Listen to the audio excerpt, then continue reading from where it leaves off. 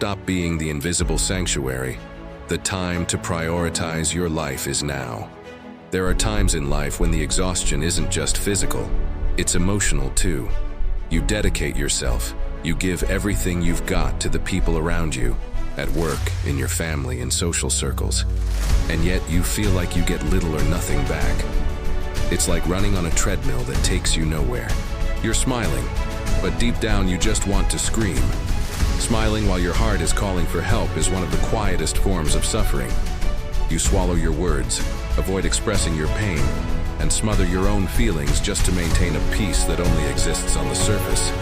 But while that's happening, a storm is raging inside, a whirlwind that sucks your energy and destroys your self-esteem. When you look in the mirror, that question pops up. Why do I let them treat me like this? It's a question many people ask in silence. The answer almost always comes down to the fact that you're a genuinely good, kind, and empathetic person. But being good doesn't mean being a doormat. The world often confuses those two things, and that's where the cycle of exploitation begins. At work, you take on responsibilities way beyond your job description, avoid conflict at all costs, and end up doing work that isn't yours. You cover for people, solve problems that aren't yours, rush to meet other people's deadlines, and when it's time for recognition, your name disappears into thin air as if you were invisible. In friendships, you lend what you don't have to help those in need. But when you're vulnerable, it's like everyone vanishes. Even worse, they start to see your help as an obligation, a right they've earned, and you realize your goodwill has become a bargaining chip for people who only know how to take advantage. And the saddest part is that you see all of this. You feel the discomfort, but you pretend not to notice. You swallow your tears, your frustrations, and keep smiling, trying to be the strong person everyone expects you to be. Sophia was the friend everyone called when they needed something, the one who organized events, helped out during tough times, and was always available for others. She was known as the group's generous soul, the friend who carried the team on her back, ready for any challenge. But then life put her to the test. Sophia got sick, nothing serious, but enough to ask for a simple favor, a ride to the doctor. She sent a message to the group chat but got no replies. Not one, "Can I help?" or "I'll come with you." Silence was the answer. It was in that moment that Sophia understood a harsh truth. What she called friendship was actually just a network of convenience. Everyone was used to receiving, but only willing to give when it was easy for them. There was no reciprocity, just one-sided expectations. After this realization, Sophia started questioning how many of those relationships were actually worth it. She began saying no to invitations that didn't make her feel good, refusing commitments that drained her, and most importantly, prioritizing herself, something she had stopped doing a long time ago. At first, she was called arrogant, stuck up, cold. The criticism was strong, but for the first time in a long time, Sophia felt the peace that comes when you respect yourself. She realized that ditching the role of the limitless Good Samaritan didn't make her mean. It made her human and worthy of self-love. This transformation didn't happen overnight. It was a slow, painful process of relearning to take care of herself, setting boundaries and, above all, recognizing her own worth. Raphael was the model employee, always the first to arrive, the last to leave, never refusing an extra task. He carried the company on his back, covering shifts, taking on responsibilities that weren't his, always with a smile. He was the go-to guy, the one who did everything without fuss. But after 5 years of this routine, Raphael watched a new colleague get promoted over him. A recently hired guy, less experienced, who didn't have Raphael's history of sacrifices.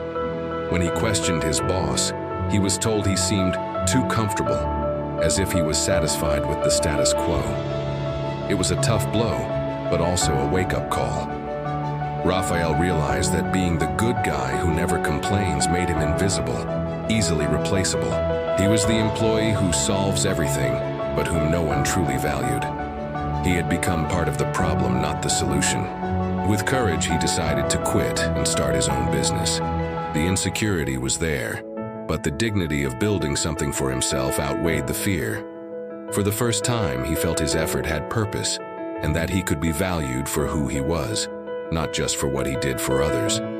This story reveals a common dilemma. Extreme dedication can become a trap when there is no recognition. Value yourself before others set your price. In many homes, family dynamics can be both a source of love and of unfair demands.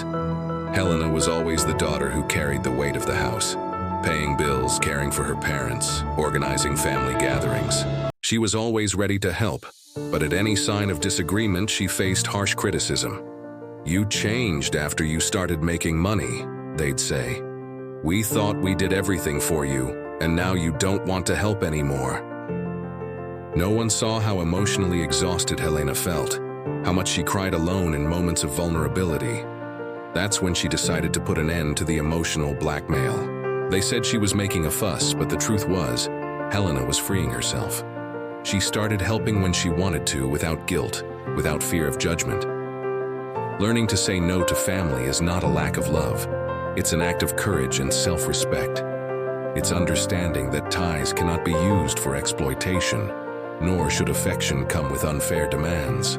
Carlos always gave in to his brother's demands, lent his car, and ran favors even when he was tired.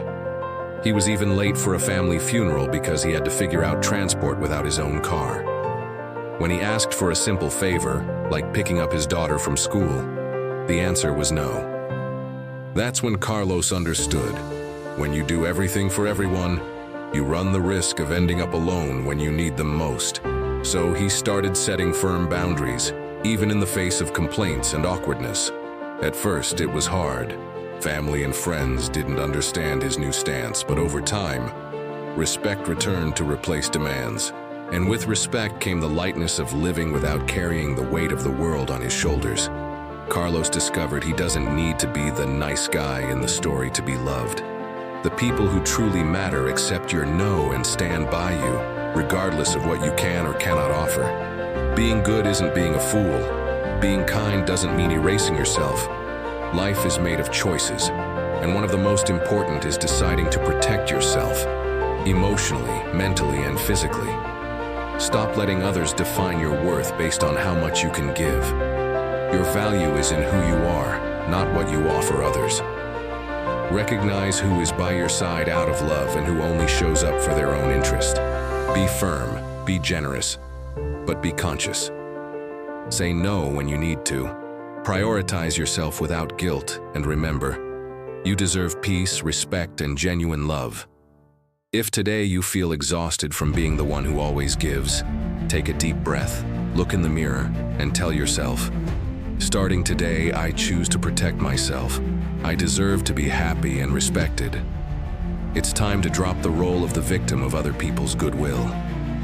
Value yourself, set boundaries, and cultivate relationships that lift you up, not drain you. The path to happiness begins when you choose to put yourself first, not out of selfishness, but out of self-love. If this text hit home and brought clarity to your life, give it a like and share your story in the comments. Tell us where you're from, how you're navigating this transformation, or any reflection you want to share. Together we can build a community where being good will never again be synonymous with being a doormat. Your voice matters. Let's empower each other.